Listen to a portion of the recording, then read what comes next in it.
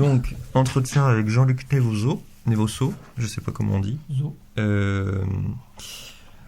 est le 23 novembre. Ouais. Donc, je t'avais parlé un peu au téléphone de ce que c'était. En fait, je fais partie d'un groupe de recherche qui s'intéresse à la notion de mal-cadrage. Le mal-cadrage, sociologiquement, c'est une théorie, enfin c'est l'une des théories qui dit qu'il y a des personnes ou des situations dans lesquelles des personnes au sein de la société peuvent être mal cadrées, c'est-à-dire ne pas correspondre à une norme, D'accord. en tous les cas celle sociétalement validée, mais c'est au sens très large. Ouais. Et cette étude s'intéresse au sein de la métropole de Lyon aux conditions de mal-cadrage et a pour objectif de dresser des perspectives pour non pas supprimer mais diminuer cette notion de mal-cadrage. Résoudre un petit peu, d'accord. Voilà. Et à travers ça, on s'intéresse aux personnes qui ont des sentiments de mal-cadrage, qui ont vécu une sensation d'exclusion, parce qu'on va la faire dans des termes plus compréhensifs aujourd'hui, on va parler d'exclusion plutôt d'inclusion. De l'autre côté, à des personnes qui, par leur travail salarié, bénévole ou n'importe quelle activité, travaillent à faire en sorte que des personnes en situation d'exclusion le vivent moins ou mieux. Et dans un troisième temps, on va parler à des institutions, donc là ça peut être des collectivités territoriales, etc., qui ont pour objectif de créer des dispositifs pour sortir ça, et à des organisations qui ont eux-mêmes recruté des personnes qui a priori étaient mal cadrées. Voilà. Donc c'est les trois types de populations auxquelles on cherche à accéder, avec lesquelles on cherche à discuter. Et c'est dans ce cadre-là que je t'ai appelé, pour qu'on se prenne, disons, une heure de conversation à bâton rompu. On n'est pas sur, on n'est pas sur quelque chose de ultra cadré, etc. Il y a des thèmes dont on va parler, etc. Toi, après, tu reprends et tu feras ta synthèse. Voilà, exactement. Exactement. Voilà. Donc, la première question, c'est est-ce que tu peux, puisque va y avoir deux cadres, il va y avoir le cadre urgence sociale rue et le cadre du travail. Ouais, enfin, ouais, le cas ici. Ça, voilà. Parce que ça c'est se les rejoint. deux se rejoignent, mais du coup, est-ce que tu peux, pour qu'on soit bien clair dans les choses, te présenter un peu ton parcours aussi, et puis aujourd'hui, ce que tu fais, que ce soit pour ESR ou pour le foyer. le foyer. Ouais. Alors, mon parcours, au départ, je vais faire succinct par rapport à tout ce qui s'est passé il y a 30 ans, puisque c'est pas d'importance. Non, oui. Pendant 30 ans, j'étais fonctionnaire. Donc ensuite, j'ai décidé de changer de branche, d'aller dans le médico-social. J'ai toujours été attiré par, à aider les autres, à accompagner les autres. Même dans mon travail, quand j'étais fonctionnaire, j'accompagnais déjà des salariés, vers du lien social, pour pouvoir les aider. Donc du coup, j'ai décidé de changer du tout au tout. Et là, maintenant, donc, ça va faire une dizaine d'années que je suis bénévole avec Urgence Sociale Rue, donc qui vient en aide aux personnes qui vivent à la rue.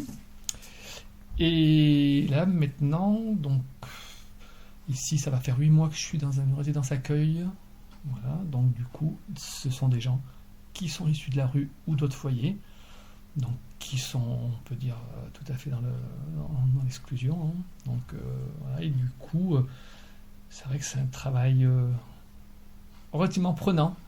Autant le bénévolat, ça peut être difficile, mais vu qu'on n'y est pas tout le temps, donc on n'a pas ce même ressenti que là quand on est tout le temps avec eux, et qu'il y a des échecs, c'est pas nos échecs, mais qu'il y a des échecs sur des personnes, c'est vrai que ça, c'est un peu plus difficile, tout change. Et ça, quand tu dis les échecs, tu parles vraiment plutôt de personnes qui n'arrivent pas à reprendre, comme tu disais, pouvoir reprendre un rythme de vie à peu près normal, qui adhère pas, quoi. Et du coup, si tu parce qu'en fait, ici le foyer, on peut considérer que le foyer et Urgence Sociale Rue s'adressent globalement aux mêmes bénéficiaires. Quelle est la distinction que tu fais entre ce que tu fais pour... Alors, il y a deux choses. On va rentrer d'abord dans ce que les organisations font pour chacun des bénéficiaires, et après, il y a comment toi tu veux le faire. Mais déjà, comment les institutions USR et Notre-Dame des Sans-Abri différencient en fait. Comment toi tu différencies ce que l'une et l'autre font? Quels sont les objectifs similaires et éventuellement différents? USR, nous, on va dire qu'on est on est dans l'urgence, en fait. On va au plus pressant en leur apportant un pack alimentaire ou d'hygiène, et les accompagner, les rediriger vers justement peut-être les autres associations qui peuvent les héberger. Et après, côté foyer Notre-Dame des Sans-Abri, c'est une structure qui a plus de 50 ans, même 70 ans, si je ne dis pas de bêtises. Et du coup, donc, ils ont combien de lits sur Lyon? Ils ont énormément de place. Donc, eux, le travail, il est fait après individuellement, on va dire avec les personnes. Oui, voilà, c'est vraiment un plus individuel. On les suit, on les accompagne, on les réintègre dans la vie de tous les jours, pour les papiers administratifs, pour aller chez le médecin, reprendre un rythme de vie de tous les jours. Donc là, c'est vraiment le travail du foyer, quoi, vraiment d'accompagner des personnes au cas par cas, quoi. Elles n'ont pas toutes ce besoin. Il y en a qui arrivent facilement à être autonomes. Mais bon, pour la plupart, il faut quand même vraiment qu'il y ait un accompagnement qui se fasse sur, je dirais, quand même un temps assez long, je pense. Ouais. C'est quoi la durée je ne sais pas si on peut parler de durée moyenne d'ailleurs, mais... Et ben là, donc, c'est une structure qui est nouvelle, qui vient d'être créée, mais ils avaient déjà d'autres pensions de famille. Donc, ces personnes qui viennent peuvent rester aussi longtemps qu'elles le souhaitent.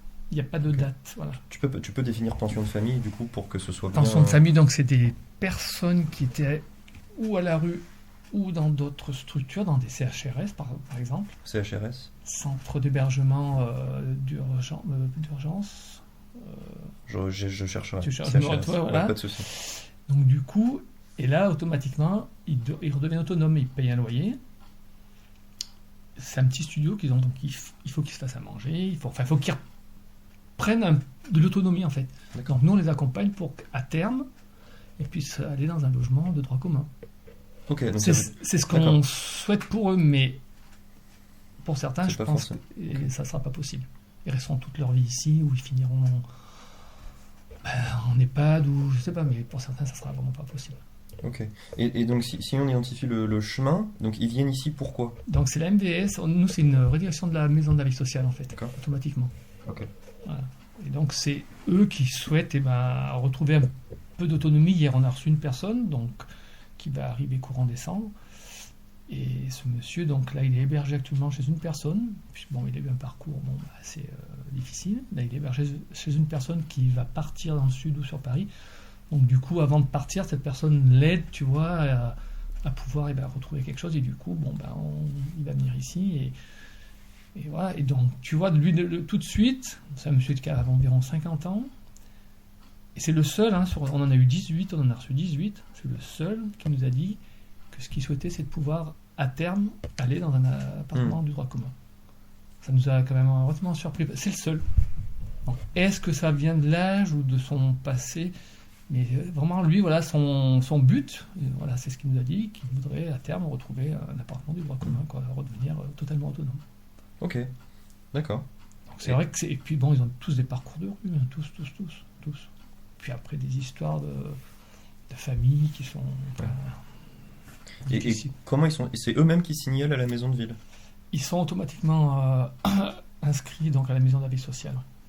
Et c'est eux qui viennent, ça tu le sais pas. C'est la maison de la vie sociale qui nous les envoie. Ouais. Et eux, ils vont les chercher, tu sais comment ils les trouvent? C'est par l'intermédiaire avec du 115 et tout ça, il faut qu'ils s'inscrivent automatiquement. C'est pour ça que quand on voit des gens, nous, à la rue, avec l'association, on leur dit bien d'appeler le 115, de se faire connaître et d'aller voir une assistante sociale, d'avoir une domiciliation, pour automatiquement, ils rentrent dans le fichier, quoi. C'est-à-dire qu'il y en a certains, ils n'aiment pas trop parce qu'ils ont l'impression qu'on peut arriver après à les suivre ou aller, voilà. Il faut absolument, s'ils veulent arriver à avoir une chance d'avoir un logement ou une place en foyer, forcément il faut qu'ils soient répertoriés, sinon c'est pas possible, quoi. C'est pas possible. Donc c'est la maison nous on n'a pas la main là-dessus, c'est vraiment la maison sociale qui a sa liste d'attente et qui nous envoie les gens au fur et à mesure et qui nous dit un tel et donc on en reçoit, voilà. Donc nous on avait 2 places qui se sont libérées, donc on en a 2 autres donc, qui arrivent courant décembre, voilà. Et c'est en tension, le nombre de places? Nous, on a 18 places. Okay. Et donc, comme je disais, ils n'ont pas de durée. Ils peuvent rester 1 an, 2 ans, voilà. Autant qu'ils le souhaitent. il n'y a aucune durée. Dans la pension de famille, c'est comme Ok. ça. Voilà. D'accord. Donc après, voilà, nous, notre but aussi à nous, c'est justement de pouvoir les remettre dans le droit commun, mais je pense que ça va être difficile. Ça fait que 6 mois depuis février, ils sont arrivés en avril les premiers, avec 6 mois de recul, je pense que ça va être difficile. Ok. Difficile. C'est vraiment des gens, que je pense qui ont trop souffert, ouais, donc ils n'arriveront pas à reprendre un chemin, on va dire, à peu près normal, quoi. Ça va être trop difficile pour eux. Ils ont besoin, tu vois, qu'on soit là, même s'ils ne nous demandent pas grand-chose, mais ils ont besoin d'une présence, en fait, voilà. Ok. Les mettre seuls dans un appartement avec d'autres locataires, à mon avis, pour certains, ça ne sera pas possible, quoi. Ok. Parce que malgré tout, il faut qu'on aille quand même de temps en temps dans les logements, qu'on aille voir un peu comment ça se passe, parce que... Alors, du coup, c'est un peu ça, c'est du coup, qu'est-ce qui se passe ici? Ils ont pas, tu sais, ils sont pas comme nous, quoi. C'est vrai que voilà, quoi. Donc il faut vraiment qu'on les accompagne, même pour aller voir le médecin, quoi. Et du coup, comment ça s'organise, ça? C'est-à-dire, la personne, elle arrive, et du coup, qu'est-ce qui se passe? On l'installe dans le logement? Ouais, on l'aide à l'installer dans le logement et tout, et puis après on voit avec elle les besoins qu'elle peut avoir et tout. Et au fur et à mesure, on arrive à échanger, et puis on se rend compte des besoins qu'ils peuvent avoir ou pas, quoi. Voilà. Que ce soit pour se faire soigner, que ce soit au niveau gestion de leur budget aussi. Tu vois, on est un peu sur tout ça. Ouais. Même sur la gestion de budget, on peut aussi avoir un œil. Mais par contre, on ne peut pas les obliger. Ils sont vraiment indépendants. C'est comme un logement de droit commun, sauf que c'est une pension de famille qui peuvent rester autant de temps qu'ils veulent. Après, on est là pour les accompagner si ils veulent. Ouais. Donc je précise ça, c'est si ils veulent. Il n'y a aucune obligation. Ok. Nous, on met des animations en place. Tous les mardis soirs, on a un repas en commun pour ceux qui veulent venir. Donc, on se retrouve généralement toujours à une dizaine, toujours les mêmes personnes, pour créer du lien, voilà. Mais après, voilà, c'est vraiment s'ils le souhaitent, quoi. Il n'y a aucune obligation. Ok. Et toi, ton rôle à l'intérieur de ça, le tien, c'est, je sais pas comment, est-ce qu'il y a un organigramme, une organisation un peu précise? Après, nous, il y a une responsable de site. Voilà, moi j'ai une collègue qui est conseillère sociale. Donc on est deux à 80% là sur la pension de famille, résidence accueil. Ok. Et donc après, on a aussi on a 9 places en résidence accueil et 9 places en pension de famille. La différence, c'est que les résidences accueil, ce sont toutes des personnes qui ont eu des parcours psy ou autres et avec qui on garde un suivi avec leurs hôpitaux qui les ont envoyés en fait. Donc il y a un contrat tripartite qui est signé pour, au cas où il y a une rechute ou quelque chose, ils les reprennent et ils les remettent en état. Qu'ils essayent de les remettre d'aplomb, quoi, parce que voilà, là, actuellement on en a quand même 4 qui sont repartis là, en hôpitaux psy. Et comment ça se passe à ce moment-là? Qui est-ce qui prend la décision? C'est vous? Nous, avec la responsable de site, on a appelé SOS médecin, la dernière, c'était la semaine dernière, SOS médecin, la police, ambulance, et voilà, quoi. Et eux, ils font le diagnostic, et d'après ce qu'on peut leur dire, ce qui s'est passé, et donc du coup, puis ils les emmènent, quoi. Ok. D'autres personnes qui veulent retourner en hôpitaux aussi, ça, il y en a aussi. Et donc c'est vrai que là, ça fait quand même pas mal, quoi. Ouais.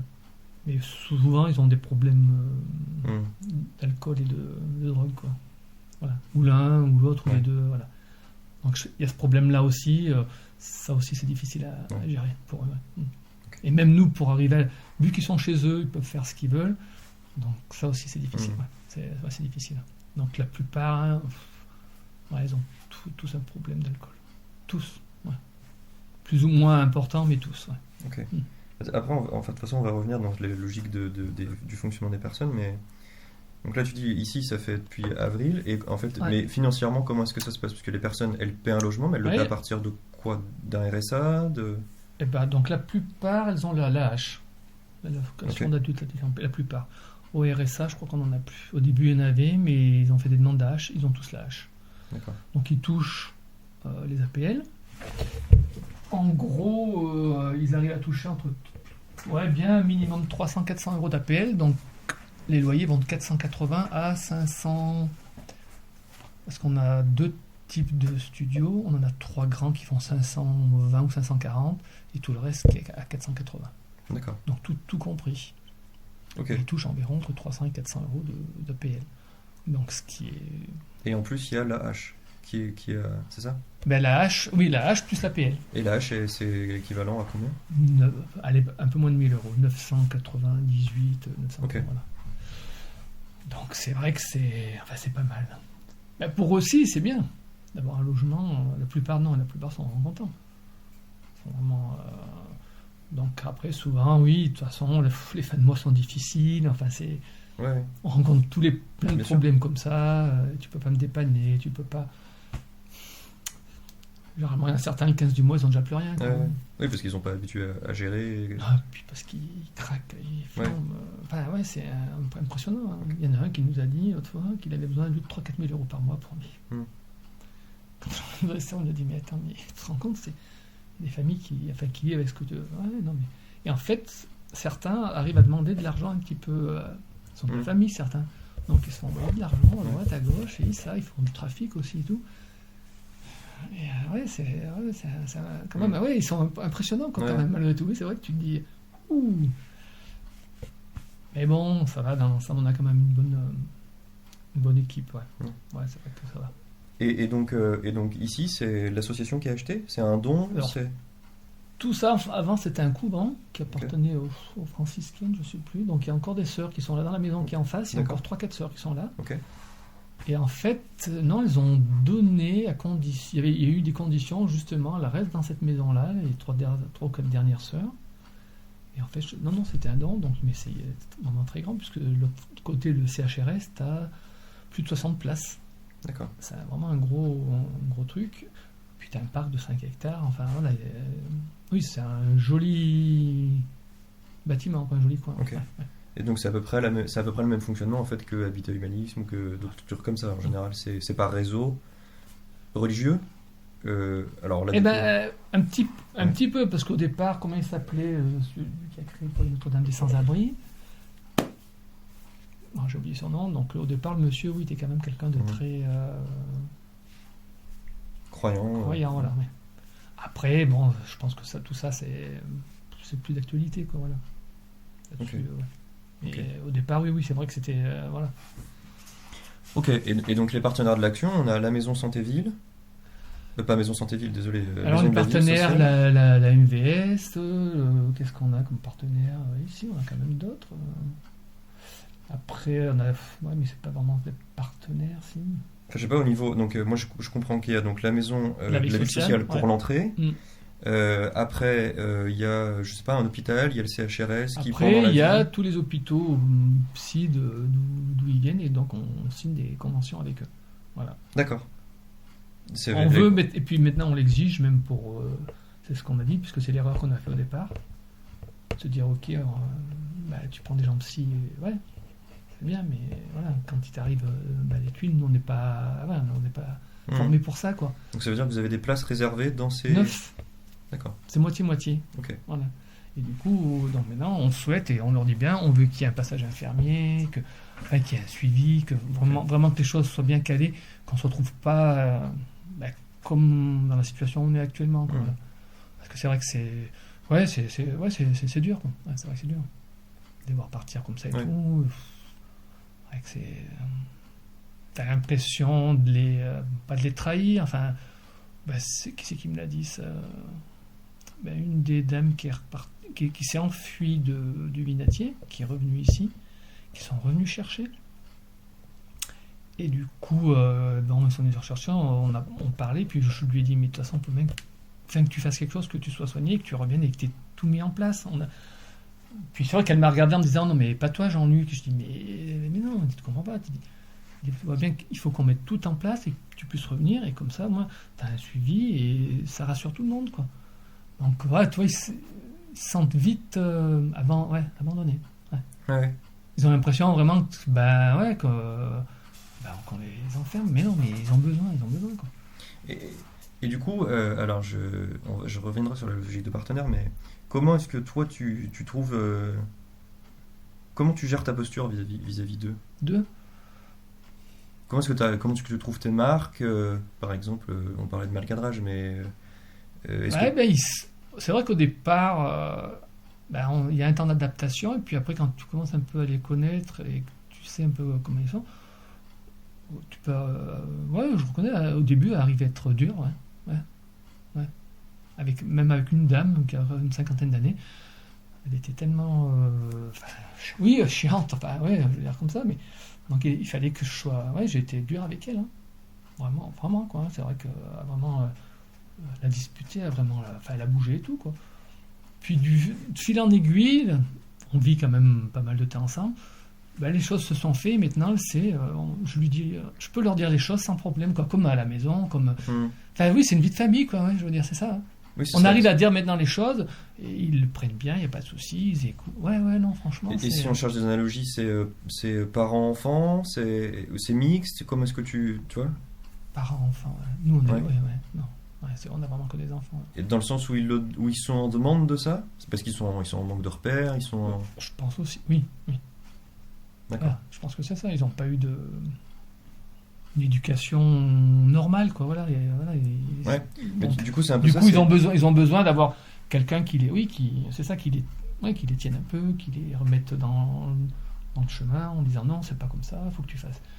Oui, c'est ça en fait. C'est tous les jours, c'est ça. Parce que du coup, c'est quoi leur parcours? Enfin, il y a sans doute pas un parcours forcément type. Enfin, peut-être qu'il y en existe un. Non, mais pour la plupart, ils sont issus de familles où le papa ou la maman est décédé, il y a eu des remariages, donc après ça s'est mal passé, ça a eu mal avec le beau-père ou la belle-mère, donc après ils se retrouvent dehors, ils font de la rue, il y en a certains qui ont des enfants aussi, alors quand même pas mal. T'as une histoire qui t'a plus marqué, une ou deux histoires qui t'ont plus marqué que d'autres? Ouais, je dirais peut-être bien celle de Lisa, là, ouais. Ouais, c'est vrai que c'est... donc elle, je la connais déjà depuis avant d'être ici. Quand il y a eu le premier confinement, quand ils ont ouvert des centres d'hébergement d'urgence sur Lyon, elle était là-bas avec nous dans la montée Saint-Laurent. Donc, une fille qui a eu 4 enfants qui sont placés. Et donc, son parcours, maintenant, je découvre un peu plus au fur et à mesure. Et donc, elle aurait été abusée par son papa. Apparemment, on a eu un écho, là maintenant, son fils se plaindrait que sa mère aurait abusé d'elle aussi. Enfin, donc tu vois, c'est que des histoires comme ça. Et l'autre fois, avant de partir, elle racontait, elle disait que quand elle était enfant, la plupart l'appelaient Travelo. Pourtant, là, on voit bien que c'est une fille, Travelo. Donc, elle se faisait souvent insulter, attraper. Elle nous a raconté que son beau-frère lui touchait les seins. Enfin, oui, quand tu entends toutes ces choses-là, tu te dis, mais c'est inimaginable, quoi. Franchement, ouais. Et puis du coup, tu vois, bon gré mal gré, elle fait quand même ses affaires et puis elle est partie sans qu'on la force, quoi. Et c'est vrai que ouais, quelque part, tu te dis, c'est dur, quoi. Et comment elle est arrivée ici? Du coup, ça C'est c'était son enfance et puis après. C'est la MBS, donc elle était dans un foyer de femmes, donc dans la montée de Choulan, là. Donc apparemment, elle s'y faisait pas, elle était très isolée, elle sortait pas, rien. Du coup, elle est venue là. Ça allait assez bien au début, mais bon, son problème, c'est l'alcool, quoi. Elle a un problème avec l'alcool. Donc là, elle a essayé de se suicider, je sais pas, combien de fois. Elle s'est tailladé tous les bras, mais c'est... Oui, non, c'est vrai que, ouais, c'est... Oui, tu te dis, mais qu'est-ce qui se passe? Après, tu te remets un peu en question. Qu'est-ce que j'ai pas fait, ou qu'est-ce que j'ai dit, ou qu'est-ce que j'ai pas dit. Mais toi, au niveau de ce travail-là, ou... Oui, enfin, oui, au niveau du travail, ouais. Ouais, mais tu sais, comme on disait tout à l'heure, c'est comme une sorte de famille, oui, donc moi des fois, j'ai l'impression d'avoir raté quelque chose, mais comme tout le monde nous dit, les collègues ou psy ou quoi que ce soit, c'est un bout de chemin que vous faites avec eux, et à chaque fois un petit bout, peut-être qu'à terme, le chemin il arrivera à tenir, mais c'est vrai que ouais, on y prend un peu pour nous. Il y a l'autre garçon qui est parti la semaine dernière, là, il était là depuis le début, et pendant 15 jours, 3 semaines, c'était le seul résident qu'on avait avec nous. Il était pratiquement constamment avec nous. Enfin, il était un jeune, 32 ans, sympa, tout. Enfin, on avait bien lié amitié et tout. Puis quand on devait voir baisser comme ça dans l'alcool, mais ravagé en 3 mois, mais c'est impressionnant. On se retrouvait dans la rue, insulter les gens, pieds nus. Il s'est fait tabasser, il s'est fait casser 2 dents. Enfin, tu le vois, c'est une loque, quoi. C'était un beau garçon, ouais. Et en 3 mois de temps, puis tu lui parles, tu lui dis non, mais non, ça va bien, faut pas vous faire de soucis. Et comment toi tu gères ça pour toi? Bah après, voilà, il y a une psy, on a une réunion une fois par mois, je crois. Et puis il y a des collègues à côté, là, qui sont donc du CHRS, qui justement maintenant trouvent que, oui, que ça doit pas être évident, quoi, d'avoir autant de personnes qui tombent comme ça et qui partent.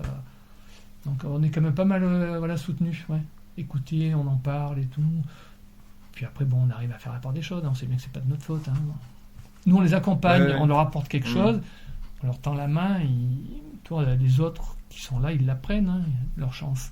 On a une jeune de 25 ans, voilà, elle prend la dame de 50 ans que je te disais aussi, là maintenant c'est bon, elle est dans le truc, il n'y a pas de souci. On en a quand même la moitié bien la moitié avec qui il n'y a pas de souci, quoi. Ouais.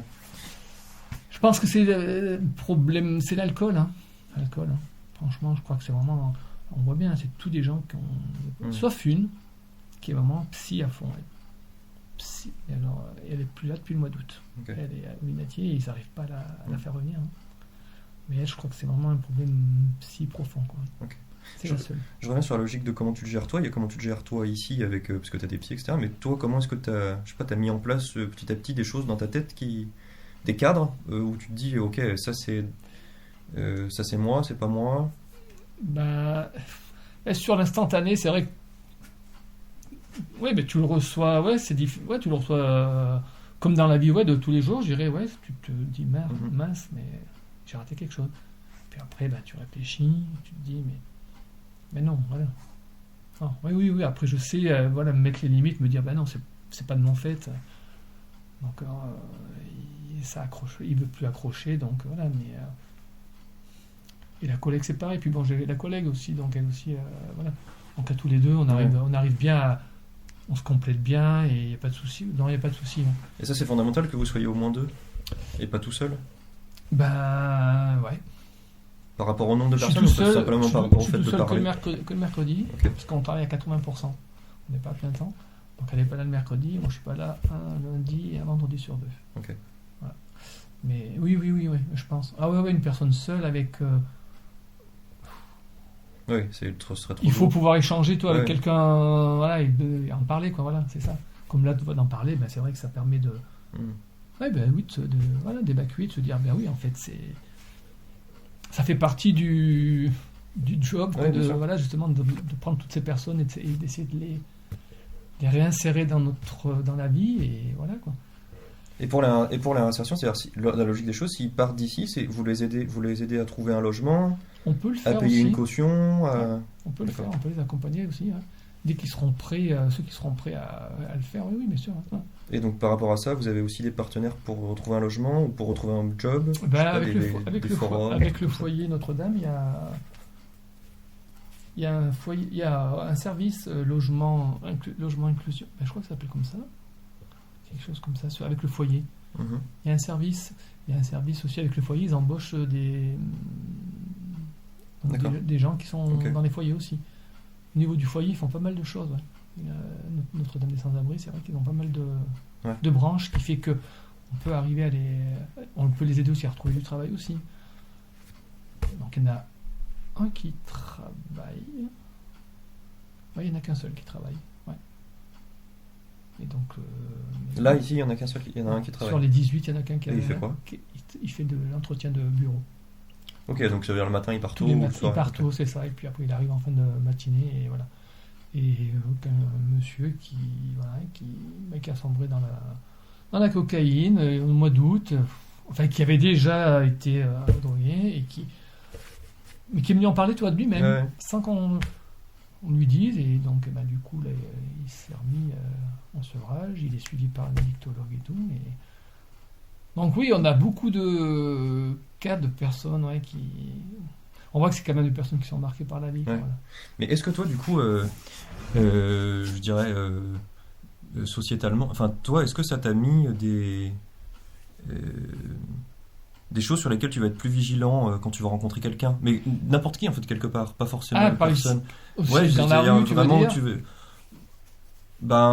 oui, ça peut être dans la rue par rapport à l'agent social rue, ou même de manière générale, en disant je sais pas, il y a des comportements qui vont t'alerter, ou des manières de dire les choses, ou est-ce que tu es plus méfiant, est-ce que t'es... mais non, pas plus méfiant, non. Au contraire. Ok. Ça développe encore plus Ouais. oui, la fibre de se dire d'aller aider encore plus justement les gens qui sont, qui sont encore en difficulté par rapport à l'alcool ou quoi que ce soit, encore plus essayer de les rediriger, parce que je peux pas accompagner tout le monde, mais je fais, non, ça me rend pas méfiant, ouais. C'est vrai que même dans la rue, des fois en journée, quand je croise des personnes, quoi que ce soit, j'ai le temps, j'essaye d'aller vers eux, de leur dire s'ils connaissent la MBS, le 115, ouais. Non, Ok. non, ouais, pour ça, ouais, non. Après, ouais, c'est vrai que je pense que quand tu es là-dedans et puis que tu es attiré par. Enfin, attiré, comment dire. Tu souhaites qu'il y ait un partage qui soit équitable, quoi. Voilà, et du coup, ouais, non, franchement. Ouais. Non, ouais, je suis pas méfiant. Après, bon, tout dépend. L'autre fois en tournée, il y avait un monsieur qui était ouvert l'église Saint-Dizier. Ouah, ça a été vite vu, hein. L'autre école, on était à peine arrivé, qui nous a insultés et tout. Donc voilà, bon, t'essayes même pas plus. Donc on est reparti sans rien, quoi. Donc, quand t'as des personnes comme ça, oui, là, Et à ce moment-là, tu te dis quoi? Tu te dis ben, il faudra revenir? Tu te dis c'était oui, pas le bon moment? je pense qu'il faut quand même insister. Oui, il faut quand même insister. Peut-être au fur et à mesure arriver à créer du lien et peut-être qu'ils comprennent pourquoi on est là aussi, quoi. Ouais. Si, oui, mais je suis d'accord avec toi là. Mais c'est vrai que des fois, oui, tu te dis. L'abandon, ça existe? Le dire bon, j'arrête? Par moments, ça passe par la tête. Oui, je reconnais qu'avec certains, comme la dame de 50 ans qui me gonfle. Enfin, moi, elle me gonflait à un moment donné. Ah oui, c'est vrai que je pouvais. À toujours essayer de donner puis toujours essayer de donner des leçons, à toujours dire moi je fais. À un moment donné, tu te dis mais c'est pas possible. Mais ouais, j'arrivais à être des fois un peu. C'est la collègue qui me disait Jean-Luc que. Oui, donc toujours cette logique d'essayer de discuter et puis voilà, et puis au fur et à mesure quand tu vois qu'après les choses commencent à rentrer, qu'elles commencent à capter, c'est bon quoi après. Ouais. Mais ouais, t'as raison, il y a des fois tu te dis mais non, c'est même plus la peine quoi. Essayer de faire à quoi ça sert d'essayer de faire des choses pour cette personne parce que Et comment vous prenez ces décisions en interne? Vous avez un cycle où vous dites telle personne on va décider de faire ça, c'est toi-même qui dis tiens on va tester ça. Ouais, non, c'est avec la collègue en fait. Ok. Du coup, ouais. Non, on n'a pas de truc prédéfini ou quoi. Non, c'est au fur et à mesure comment les choses se passent et se déroulent et par rapport à toutes les personnes qu'on a fait repartir en hôpitaux ou quoi que ce soit, oui, voilà. Au bout d'un mois, c'est vous qui avez dit. Au bout d'un mois, 2 mois, tu vois la transformation des personnes, tu dis, il y a quelque chose qui ne va plus, quoi. Donc du coup, on interpelle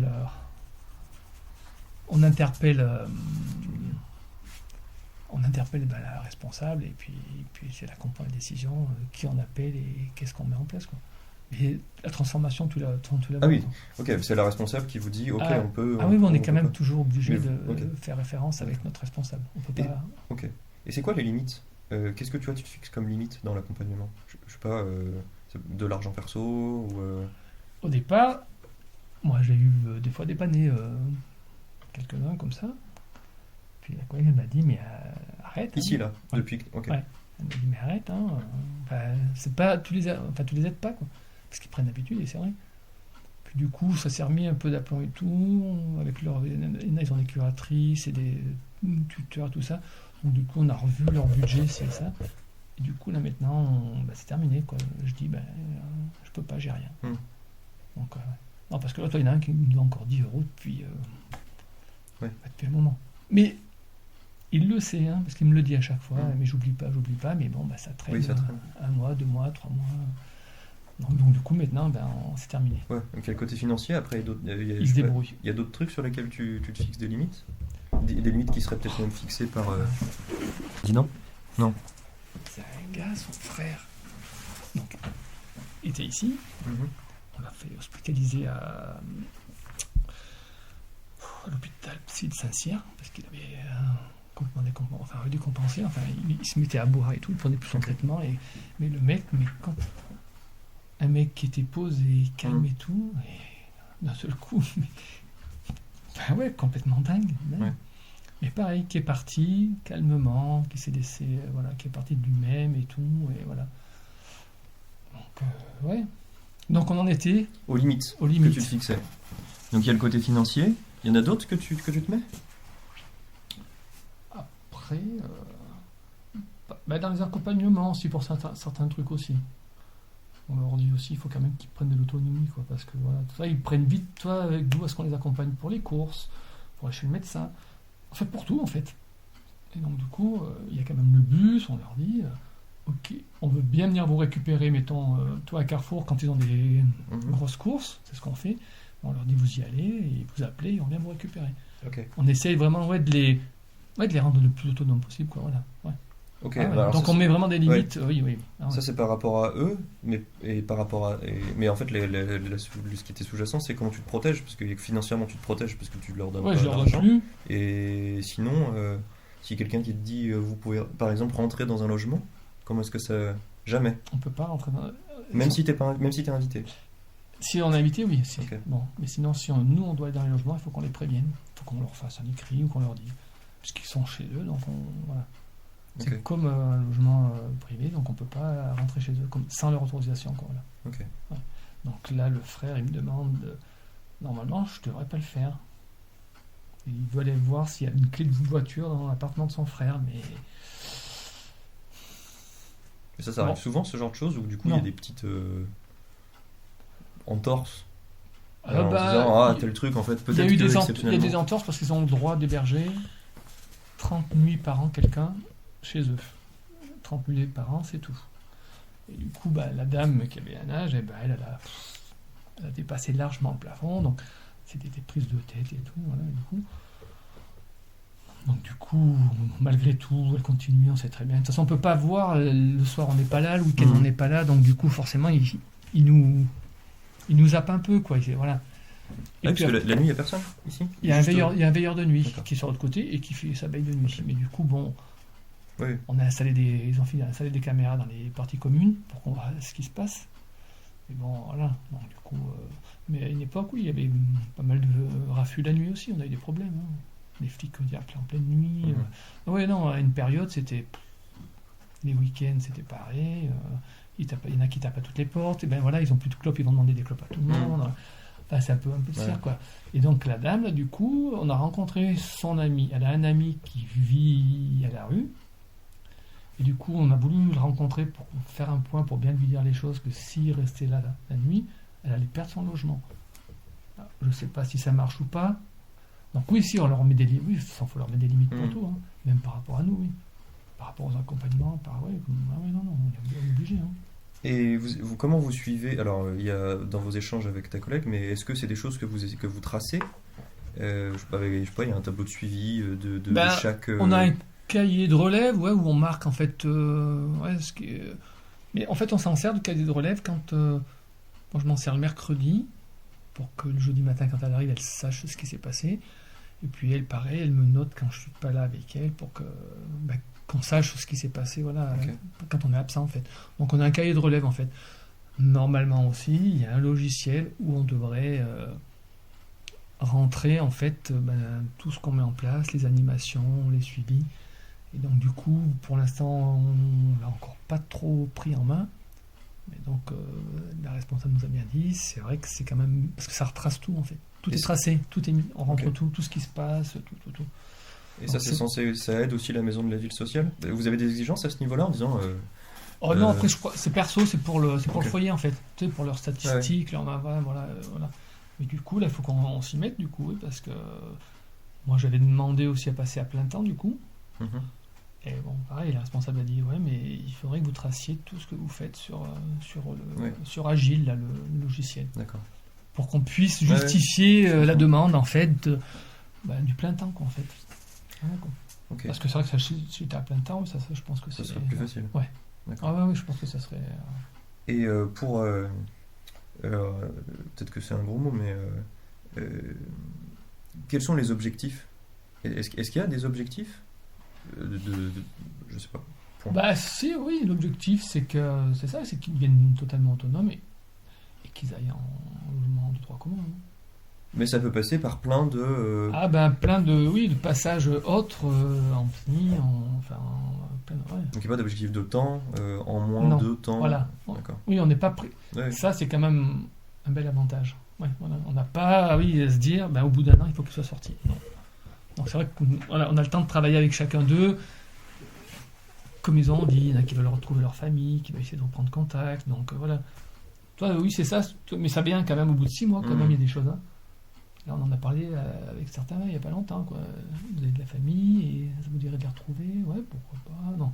Ouais, toi, le lien, il est quand même, malgré tout, lent à se mettre en place. Parce que après, même, c'est pas des limites, mais tu vois, des fois, moi, j'ose pas poser certaines questions non plus. Quoi. Par rapport à l'enfance, par rapport à tout ça. On le sait par rapport à un petit dossier qu'on a, mais qui est vraiment succinct. Mais c'est vrai qu'il y a des choses. Moi, je me verrais mal demander, quoi. Puis entendre, voilà, ce que peuvent dire certains, pour eux, je pense que ça, c'est dur, quoi. Voilà. Mais ouais, ça, tu vois, oui, au fur et 6 mois après, ouais, il y en a pas mal. Là. Demain, je vais avec un des monsieur qui a plus de 60 ans, là. Donc lui, je l'emmène chez le notaire, et c'est dans là, c'est à 1h30 de route d'ici. Donc c'est une succession donc, de familles, donc il va récupérer une partie de son dû, et voilà quoi. Donc du coup je l'accompagne quoi. Donc voilà, c'est un monsieur qui avant qui était de l'autre côté depuis déjà 5-6 ans et donc qui est venu là. Donc je pense que lui il finira certainement en maison de retraite quoi. Voilà. Okay. On en a 2 qui viennent de l'autre côté. Okay. Mais qui sont bien autonomes et qui savent bien se gérer et tout quoi. Ok. Et de ton point de vue, dans l'activité de l'asso, ou en tous les cas, de l'asso de manière générale, et de l'asso ici, dans le fonctionnement de la pension de famille, qu'est-ce qui ne marche pas ou...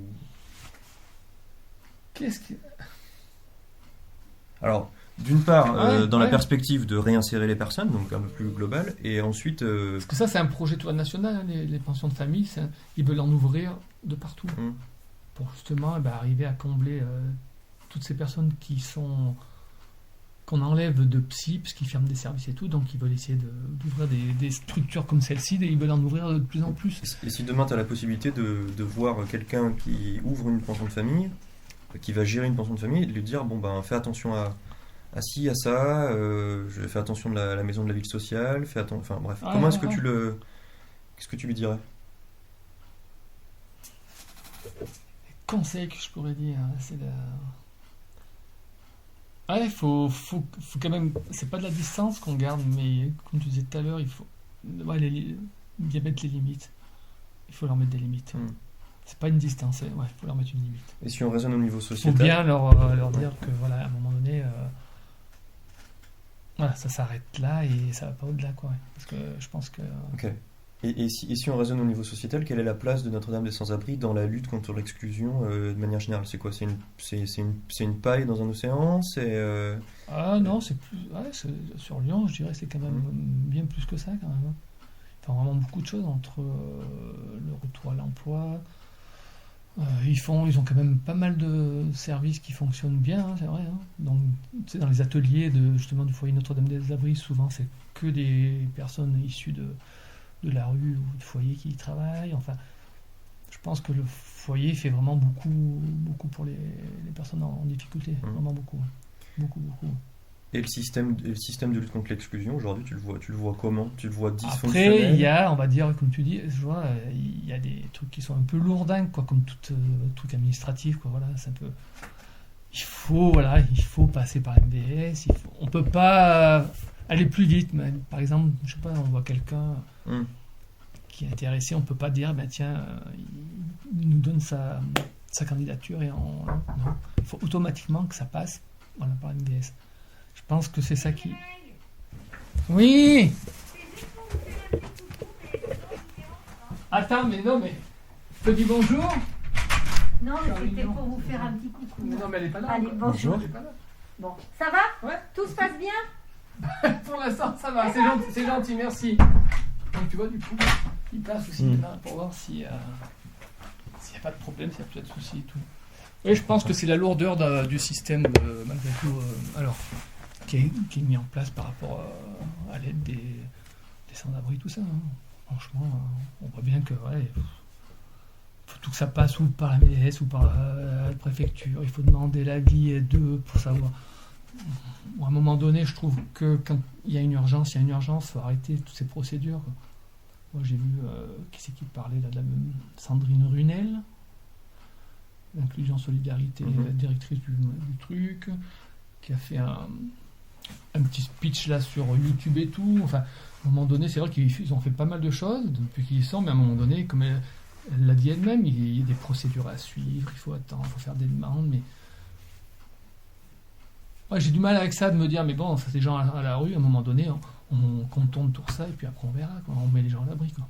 Moi je pense que voilà, il y a une lourdeur administrative, même pour tous ces personnes-là qui ont des besoins encore là.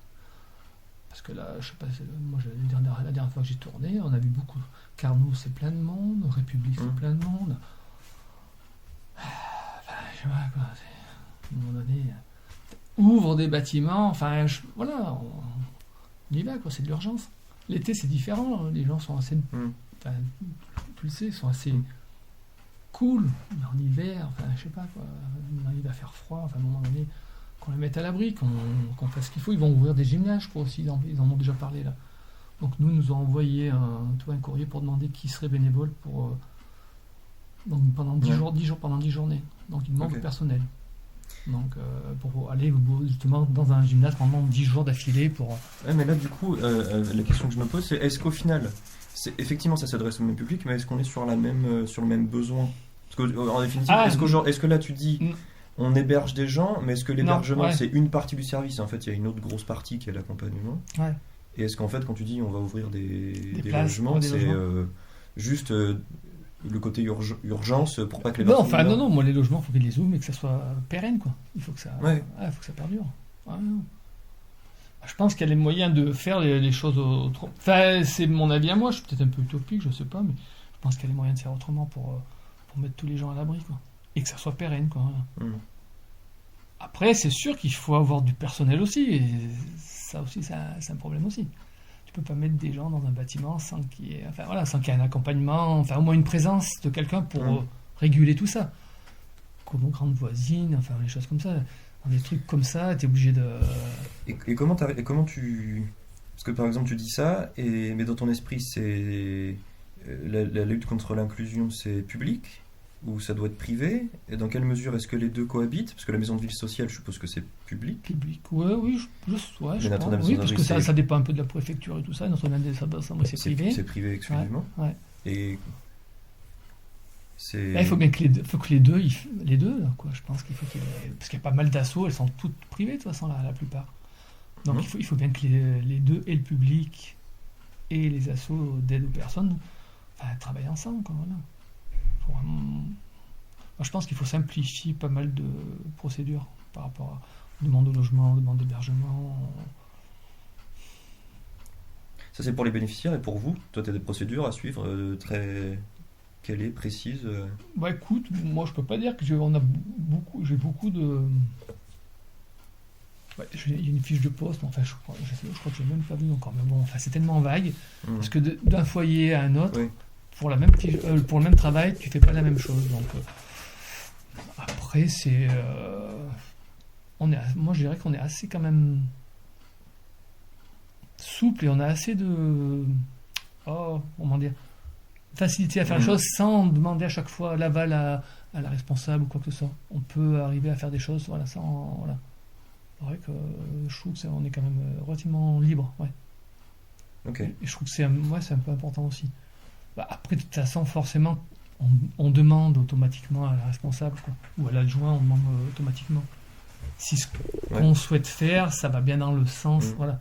Non, mais en fait, tu demandes quand même tout le temps l'avis. Mais on est libre. On peut proposer, on peut, voilà. Ça, oui. On n'est pas fermé dans un... Oui, voilà, on n'est pas fermé. C'est quand même relativement ouvert, c'est vrai. Et ça, pour toi, c'est plutôt une force? Pour moi, oui. Ah oui, parce que si on me dicte tout ce que je dois faire et ce que je peux pas faire, je me retrouverais dans un truc fermé, et moi ça me va pas. C'est comme pour Urgence Sociale Rue, tu sais l'histoire, ce qui s'est passé, la création et tout. Ceux qui l'ont créé venaient du SAMU social, parce qu'on leur imposait plein de choses par rapport aux tournées. Moi j'avais dit à USR aussi, à un moment donné, il y a eu un petit débat, que si on remettait des choses bien précises par rapport aux tournées, aux heures de rentrée, aux heures... Comme moi, c'était fini.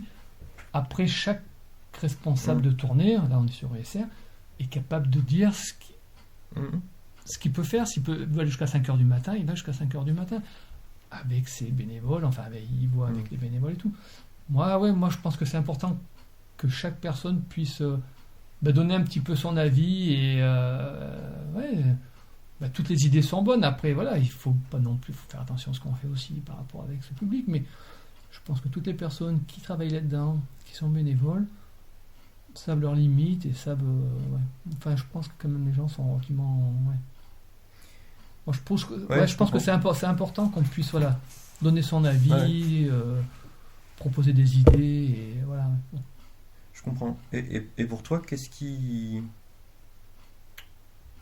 À quel moment, toi, tu vas te dire « Ah, j'ai été performant ». Alors, j'ai été performant. Bon. Qu'est-ce qui va déclencher chez toi cette sensation, ce sentiment? Ça va être au résultat par rapport au résultat des personnes qu'on accompagne, voir comment elles se sentent. Quand on les voit qui sont positives, qui sont souriantes, mais qui sont pleines de vie, on se dit c'est bon, ça marche. Et après, quand on les voit qui sont un peu moins bien, c'est vrai que tu te dis je suis peut-être un peu moins bon. Ou c'est vrai que oui, tu vois là, avec tout ce qui s'est passé, nous les semaines qui sont passées, les gens qui sont retournés en autopsie, on s'est beaucoup moins occupé des personnes qui étaient là, qui restaient là. Et c'est vrai qu'on s'en est aperçu parce que les personnes étaient en demande, et pas se plaignaient, mais étaient en demande qu'on faisait plus ci, plus ça. Donc voilà, du coup, là on s'est rendu compte qu'il y avait un problème. On était tellement pris par toutes ces personnes qui repartaient en hôpital que du coup, ici on n'était plus grand chose. On annulait plein de trucs, les sorties, les ci, les ça, et c'est vrai que ça a été mal vécu par certains. Ouais. Donc du coup là, on peut dire que c'est. Je comprends. C'est un peu, c'est un échec. On a beau leur expliquer, leur dire mais il y a des urgences, on peut pas tout le temps être disponible comme on le souhaite. Là c'est bon. Tous ceux qui sont pas, on n'en aura pas d'autres qui partiront maintenant. Donc mais non, on sait pas. Je dis ça, on n'est pas à l'abri, on sait pas. Mais du coup c'est un peu ma question, c'est est-ce que t'as un exemple de réussite comme ça, tu te dis j'ai un exemple la de réussite la réussite, je dirais, c'est quand on a commencé à jouer aux cartes en fin de journée, en fin d'après-midi. Et donc il y a un patio là-bas qui est commun aux deux entités.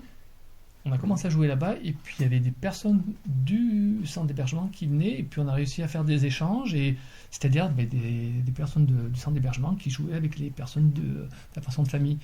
Et maintenant il y a un échange qui est ça c'est une réussite. Ça c'est une réussite alors, oui c'est vrai. Tu vois, j'y pensais pas, mais c'est vrai. Il y a un bon échange entre eux et tout.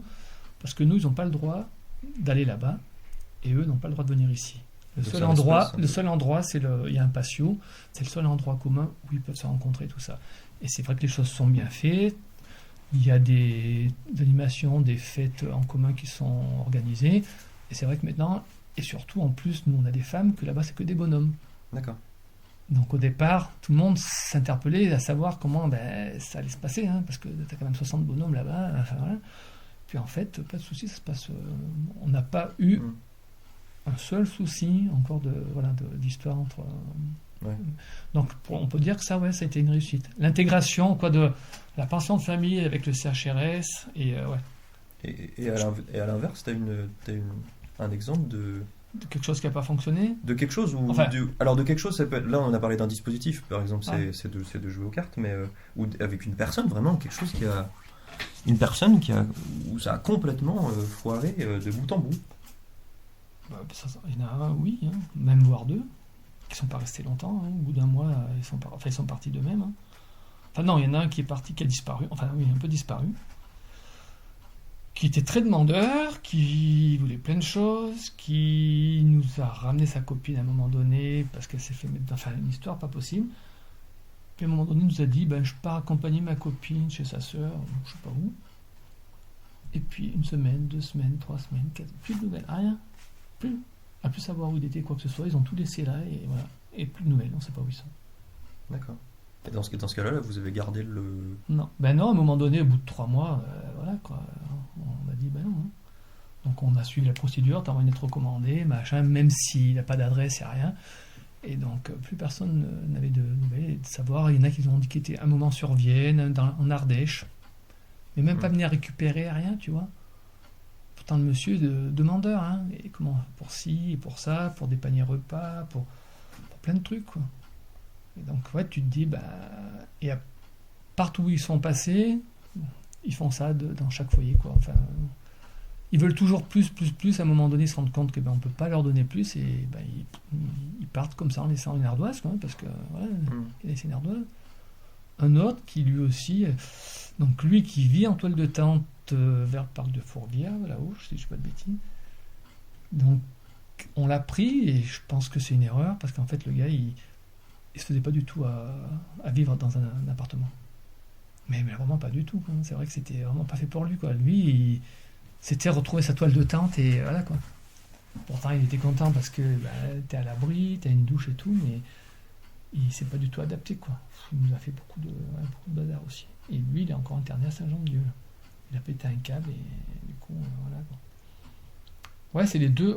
Eux deux, oui, je pense qu'on peut dire que c'est vraiment des échecs, quoi. Bon, on n'a peut-être pas su les écouter, les accompagner, mais c'est vrai que c'était une personne qui était très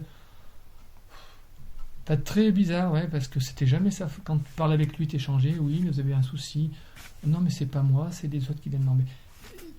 Il faisait toujours tout bien, c'était jamais de sa faute. Alors que c'était lui qui allait taper aux portes, qui allait embêter les autres, qui cherchait la bagarre et tout, quoi. Ouais, ça a été eux deux, oui, je pense qu'on peut dire que ça a été des échecs et difficiles. Ouais.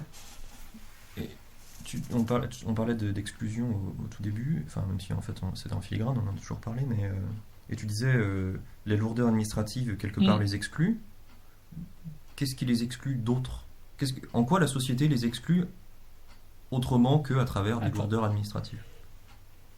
Ou eux-mêmes, est-ce que... C'est eux qui se sentaient...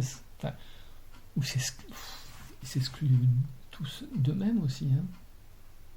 Je pense par leur façon de s'exprimer aussi, de se tenir aussi, ils s'excluent un peu eux-mêmes aussi. Alors est-ce que c'est une protection ? Peut-être aussi, toujours leur faire référence à cette dame-là, comment elle s'appelle, Anne. Alors, est-ce que c'est le fait exprès pour justement qu'on lui fout taper ? Je pense certainement. Elle sort pratiquement...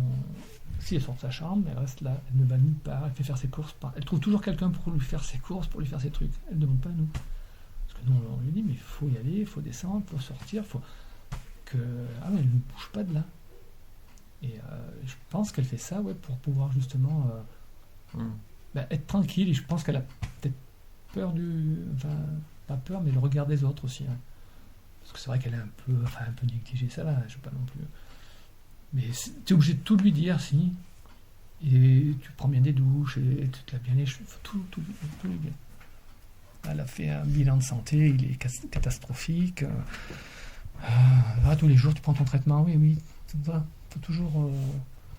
Je pense qu'elle est, elle est certainement vraiment en exclusion, ouais. Vraiment fortement, ouais. Parce qu'elle a beaucoup de mal, et puis elle est toujours. Et pourquoi tu penses qu'elle s'auto-exclut ? Par rapport à... Parce que souvent, je te dis, quand elle est toujours habillée, toujours... Enfin, pas ça, mais les vêtements tout tachés. Tu vois, tout le temps, elle a toujours des guenilles, quoi, voilà, des guenilles. Elle fait pas clodo, mais tu dirais qu'elle est toujours à la rue, quoi, quelque chose près, donc à un moment donné, enfin, voilà, quoi. T'as une chance d'avoir un studio, de pouvoir tenir...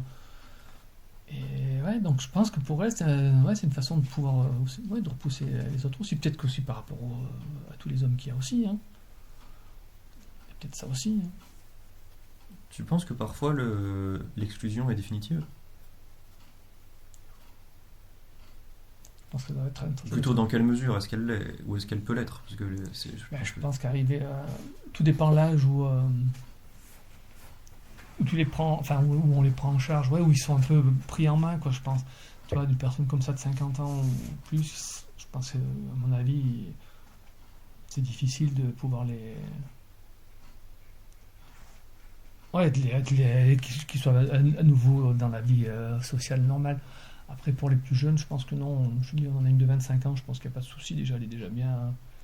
Son seul problème, c'est qu'elle fait de la déprime, mais sinon, elle est bien dans le truc, quoi. Elle n'a pas de souci d'exclusion, par contre. Voilà. Et dans les plus jeunes, il y a Marc aussi, je pense que c'est pareil aussi.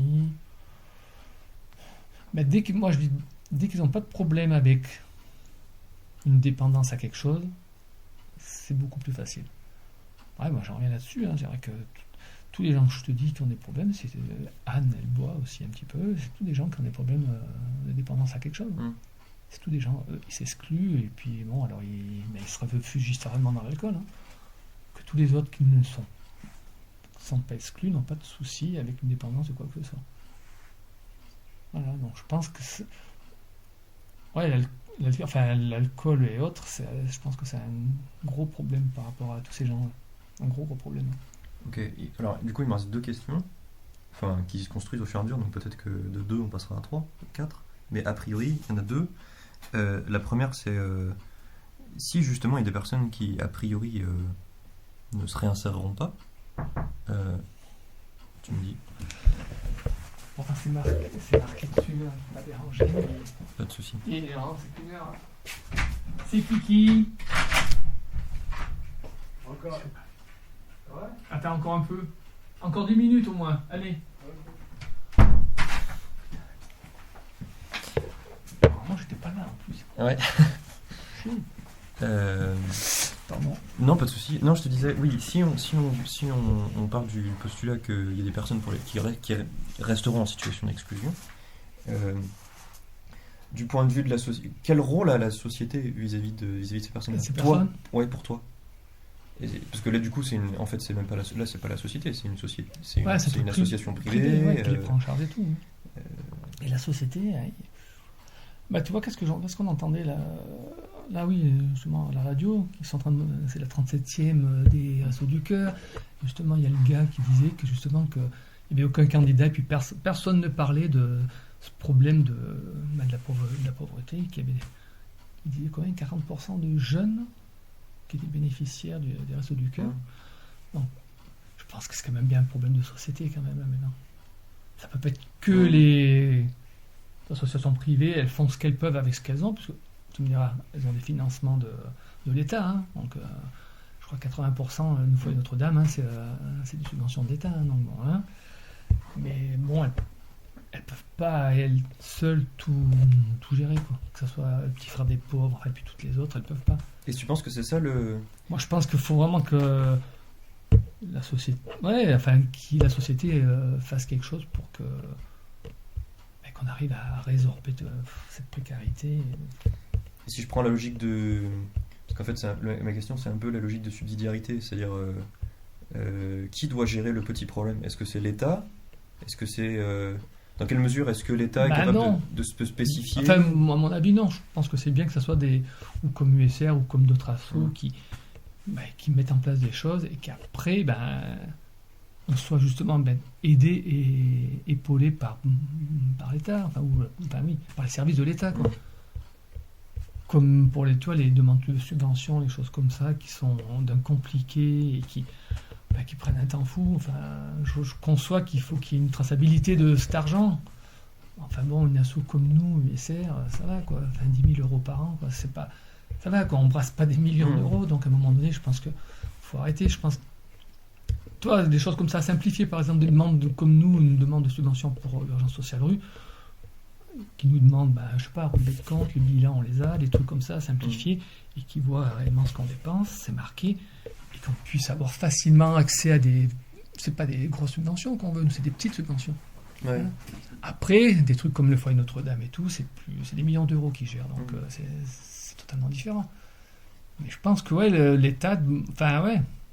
Moi, donc c'est l'initiative privée qui départ, gère le petit, qui se fait aider par le gros qui est l'État, et ensuite éventuellement ça prend de l'ampleur. Okay. Et qu'est-ce que... Il y a aussi une logique de rétribution dans le... Parce que là les personnes payent, mais par exemple l'USR, il n'y a aucune rétribution de la part des bénéficiaires. Des bénéficiaires, Et alors, je vais pas parler moi en tant que bénévole. A priori, Ouais. moi, je ne souhaite pas forcément qu'il y en ait, mais dire dans quelle mesure est-ce que Ouais, je vois. Ah oui, une participation, nous c'est pareil. tu même vois. si elle n'est pas financière, voilà, c'est comment est-ce que toi tu vois cette espèce Eh de ben, ici, tu vois le repas du mardi soir, on les fait participer à hauteur de 2 € par repas. D'accord. Les nuits d'hébergement auxquelles ils ont droit, c'est Mhm. 2 € la nuit. Il y a toujours ce côté-là. On fait intervenir un coiffeur, une sociéticienne, ils participent toujours. Il y a toujours ce côté. Ouais, oui, oui. Si, oui. Ah ben non, je pense que c'est important pour eux qu'ils participent. Et puis même pour eux personnellement, la plupart, oui, voilà, ils trouvent ça normal de pouvoir participer aussi, Mhm. quoi. De ne pas être assisté. Oui, non, je pense qu'il faut qu'il y ait ce côté-là, oui, de participation. Après, pour les personnes dans la rue, c'est vrai que ça, c'est un autre problème, là. Et c'est vrai que souvent, ils arrivent à être exigeants aussi, après, c'est ça, quoi, du coup. Après, comme Oui. tu dis, comme on les fait peut-être pas participer, à penser que que tout leur est dû et qu'on doit tout leur amener.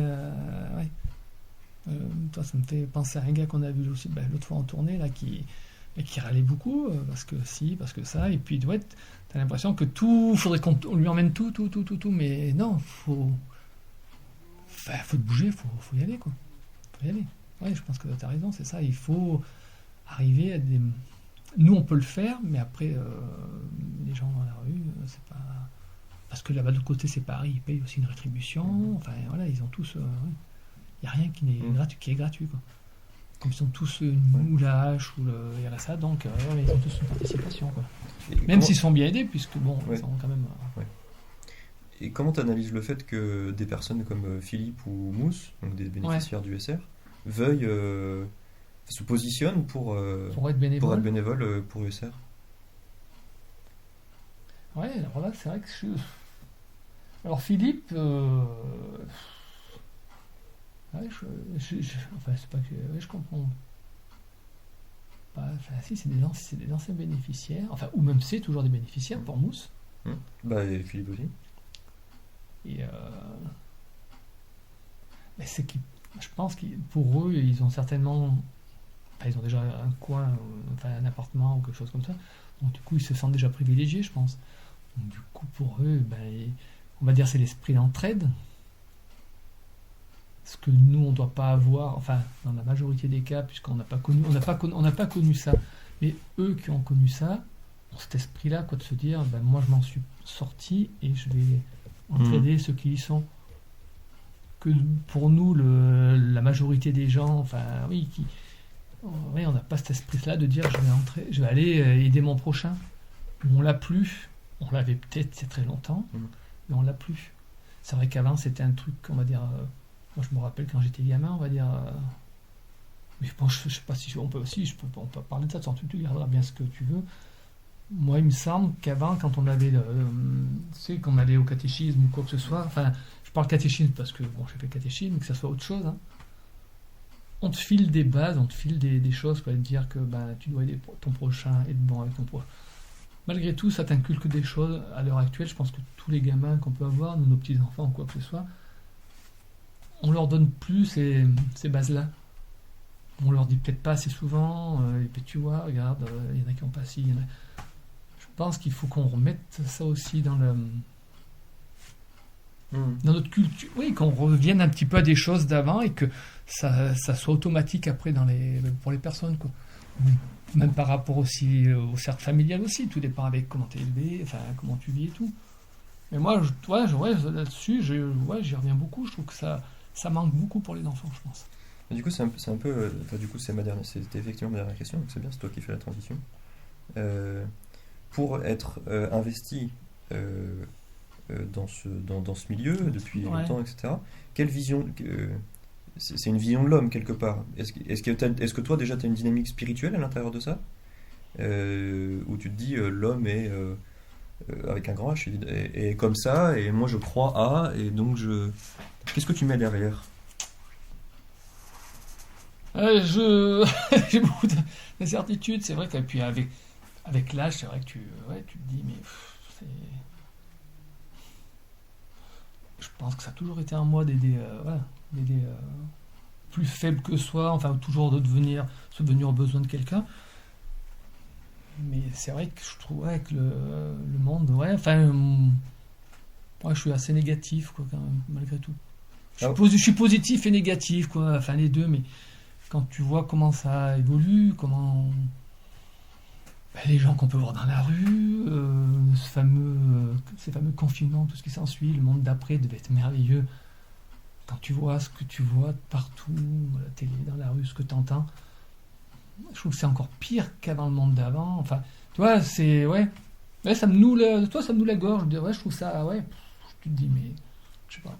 C'est-à-dire que tu crois. Je crois à autre chose qui me porte certainement, ouais. Et c'est vrai que je trouve que le monde est dur. Hein. Mais c'est la société qui te remet en cause dans cette vision et pas les personnes que tu rencontres ici. Les personnes que tu rencontres ici, au contraire, te mettent dans une dynamique. Ouais. Ah ouais, non, c'est tout ce que je vis après. Même peut-être comme je vis moi aussi, certainement aussi, de me dire, mais attends, tu vis dans le luxe, dans un luxe, voilà, mais c'est vrai, mais puis c'est difficile quoi, d'arriver à faire évoluer les choses. Il y a des choses qui bougent quand même, il y a pas mal de gens qui font pas mal de choses. Il y a quand même pas mal de... Je suis pessimiste, mais il y a quand même pas mal de jeunes. Voilà, vous êtes quand même pas mal à faire bouger les choses, à faire évoluer les choses, que ce soit au niveau, au niveau d'exclusion, au niveau de la pollution, au niveau de l'environnement. On voit qu'il y a quand même beaucoup de choses qui sont mises en place et ça, voilà. Mais le problème, on en est arrivé à un tel point, je crois que ça va être extrêmement difficile quoi, d'arriver à faire émerger tout ça. Quoi, voilà. J'espère que vous allez, qu'on va y arriver, puisque moi je suis encore actif. Mais c'est vrai que c'est hard, mon chou. Hein. Et en plus, là, c'est rien du tout, nous, ce qu'on voit ici. Je veux dire, c'est une petite partie de rien du tout. Quoi. Quand tu vois ce qui se passe de partout, plein de pays où c'est le bordel. Enfin, voilà, en Birmanie, c'est depuis février, plus personne n'en parle. C'est toujours la guerre, c'est toujours la répression. Enfin, puis dans plein d'autres. Ouais. Donc, je pense pas trop à tout, toi, tu vois. Je me dis, je pense, comme tu dis, je pense surtout à ici déjà. Après, le reste, ça vient quand tu fais un petit bilan, tu te dis, oh putain, mais c'est chaud quand même. Et puis quand t'entends dire aussi que il y a moins de pauvres en France, c'est ça, c'est ce qu'ils ont sorti comme, je sais pas, que les gens ont gagné en... Enfin, nous, oui. Moi, oui, certainement, c'est sûr, oui. Mais enfin, il y en a quand même une bonne et grande partie qui n'ont rien gagné du tout, quoi.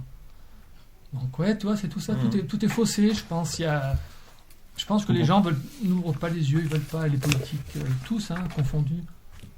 Faut pas trop soulever le truc, voilà,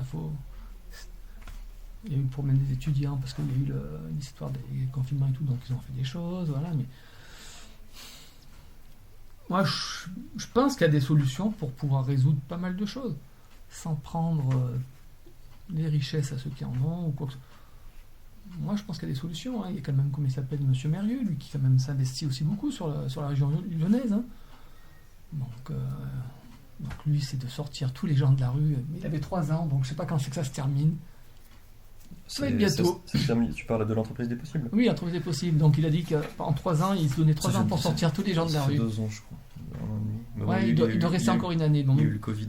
Mais du coup, tu vois, moi, je vais dire à ses collaborateurs, oui, ils sont où Mais bon, c'est toi, mais c'est bien. C'est un mec qui a tout ce qu'il faut autour de lui et tout, et il fait quand même beaucoup de choses, beaucoup. Partout, il est partenaire pour tout. J'ai vu pour alors la maison Truc des femmes qui s'est ouvert, il est partenaire dans tous les trucs. Là-haut et aussi aux grandes voisines, je pense qu'il doit être certainement de partout. Non, je trouve que c'est quand même... Heureusement que tu as des grands hommes. Enfin oui, c'est un grand monsieur qui donne une partie de son argent et de son temps et qui fait en fonction, voilà, qui estime que c'est pas normal qu'il y ait de la misère. Voilà. Tu peux être très riche parce que tu as gagné... tu as beaucoup travaillé, et puis c'est comme ça, mais on ne devrait pas avoir ce qu'il y a en dessous, quoi, voilà. Moi, je suis pas contre les riches non plus, voilà, je trouve ça normal, il y a des gens qui méritent ce qu'ils ont travaillé, cette famille ou quoi que ce soit, mais à côté de ça, on ne devrait pas avoir des gens dans la rue, sans logement, voilà. Et c'est pas des gens qui te demandent non plus un appartement de 100 mètres carrés, enfin voilà, tu leur donnes une chambre, une salle de bain, ils sont contents, quoi, ça leur suffit. Là, c'est des petits studios, ils font 20 mètres carrés, ça leur suffit amplement, ils sont contents. Au chaud, tranquille, leur petite vie. Alors, on va se dire que ça va peut-être changer, mais moi j'y crois difficilement. Je comprends. Vraiment difficilement. Ouais, j'ai vraiment. Ouais, même toi, même la dernière tournée, ouais, ça m'a fait. Ouais. J'ai repris un petit peu, mais c'est vrai que ça devient difficile. Plus difficile qu'avant, ouais. Autant avant, je le sens. Ça me marquait pas comme ça, là, ça me marque plus maintenant, tu vois. Et tu vois, on a rencontré aussi un gars, la Grand Central Immobilier, un truc comme ça. Donc, il fait de la vente immobilière. Là, ils sont dans le 2e vers la Grande Poste, là. Donc, le gars, il a déjà 2 ou 3 associations. Donc, ils nous ont sélectionnés, je sais pas comment, je crois qu'ils sont de Villeurbanne. Donc, du coup, lui, il donne un pourcentage donc, de sa rétribution. Je crois que c'est 8% de sa commission sur une vente de maison, d'appartement. Ce qui est bien, quoi. Puis toi, un gars de certainement ton âge, une trentaine d'années, enfin, qui se sent vraiment investi, enfin, qui trouve ça pas normal, qui supporte pas qu'il y ait des gens dans la misère, quoi. Donc il en parle à ses clients, il essaie. Comme quoi, c'est pour ça, il y a quand même pas mal de gens qui essayent de faire pas mal de choses, et voilà. Donc après, on va peut-être y arriver à faire changer un petit peu le cours des choses, quoi. Faire en sorte que. Mais il y ait moins de misère, il y en aura toujours de toute façon. On ne pourra pas sortir tout le monde. Puis il y en a qui ne veulent pas en sortir non plus. C'est bien, on en rencontre certains. Voilà. Moi, je pense à 2 ou 2 jeunes, là, d'ailleurs. Je ne sais pas s'ils vont les voir. Il faut que tu ailles les voir, là. Dylan et Jade, je ne sais pas si ça te dit quelque chose. Ils ont été hébergés longtemps à côté du CHRS, là-bas dans le 7e. Et là, ils sont retournés sur leur ancien squat sous le pont de Tassigny. Okay. Donc toi, je suis toujours en contact avec eux. Là, ils me demandent le vendredi, tu tournes pas. Mais c'est des jeunes, hein. Les inconnus étaient mineurs. Et ils sont toujours à la rue. Mais ils sont pas. Enfin, quand tu les vois, ils sont heureux. Hein. Moi, on en a parlé hier, c'est ce que je disais aux collègues. Moi, c'est un petit couple qui est heureux, quoi. Ils arrivent à gagner des fois 50 € par jour. De temps en temps, ils partent chez la grand-mère de la fille qui est à la campagne, 15 jours, 3 semaines. Ils doivent se rétablir. Tu sais, ils ont trouvé un équilibre. Voilà, je pense que, comme ça. Enfin bon, habiter sous le pont de la Tassigny, bordel qui est. Enfin bon. Oui, je comprends. Mais eux se considèrent peut-être pas exclus. Ah, je pense, ouais. Non, je pense, ouais, même s'ils sont pas exclus, même s'ils sont exclus du point de vue que toi et moi on peut social, avoir. Ouais, non, mais oui. Eux se considèrent comme étant pas exclus. Oui, ouais. Ah oui, moi je trouve que c'est vraiment un petit couple, qui se sent bien dans ses baskets. Ouais. Bah, ils ont trouvé un équilibre, quoi. Ouais, je pense que c'est ça, quoi. Du coup, en fait, mais bon, équilibre à vivre dehors. Et est-ce que si on retourne le champ, ça c'est une réflexion que je prends en cours. Est-ce qu'en fait, de leur point de vue, est-ce que tu rencontres des gens, par exemple, c'est plutôt nous qui ne sommes pas bien cadrés par rapport à ce qui devrait exister Ah, peut-être. Mais t'as déjà eu ce retour-là, en disant, mais en fait, c'est vous qui êtes dans une société qui ne fonctionne pas, et nous, on est bien cadrés. Nous, on a compris vraiment le but de... Nous ? Non, des personnes qui te renvoient ça, c'est ça, qui te disent, vous n'avez pas compris, moi j'ai compris. Ouais, peut-être. C'est vrai qu'après, souvent, par rapport à tout ce qui a pu se passer, arriver, par rapport à la vaccination, par rapport au pass sanitaire, ouais, ça nous interpelle beaucoup quand même, quoi, de se dire, on est en train de marquer la population, on a tous notre QR code, on sait tout ce que tu fais à tout moment de la journée, donc je pense pas qu'on soit je comprends. Ouais. Ah oui, ça me dérange beaucoup aussi, de me dire dans le monde entier, n'importe où tu vas aller dans le monde entier, on saura où tu es, quoi. Je veux dire, maintenant c'est voilà. Et je pense que je peux en parler, je sais pas avec qui. Je pense qu'ils l'enlèveront jamais. C'est trop facile. Donc je pense pas qu'on soit dans. Enfin. Okay. Ouais, je comprends par rapport à ce que tu Marc, tu me diras certainement que les gens qui sont à la rue sont vaccinés. Hein, je dis ça, mais ça se trouve qu'ils sont vaccinés la plupart. Hein. Nous ici, on en a la moitié de vaccinés à peu près. Donc voilà, quoi. C'est vrai que non, je pense pas qu'on soit dans je veux pas dire qu'ils sont dans le bon chemin non plus. Moi, je me verrais pas vivre comme ça.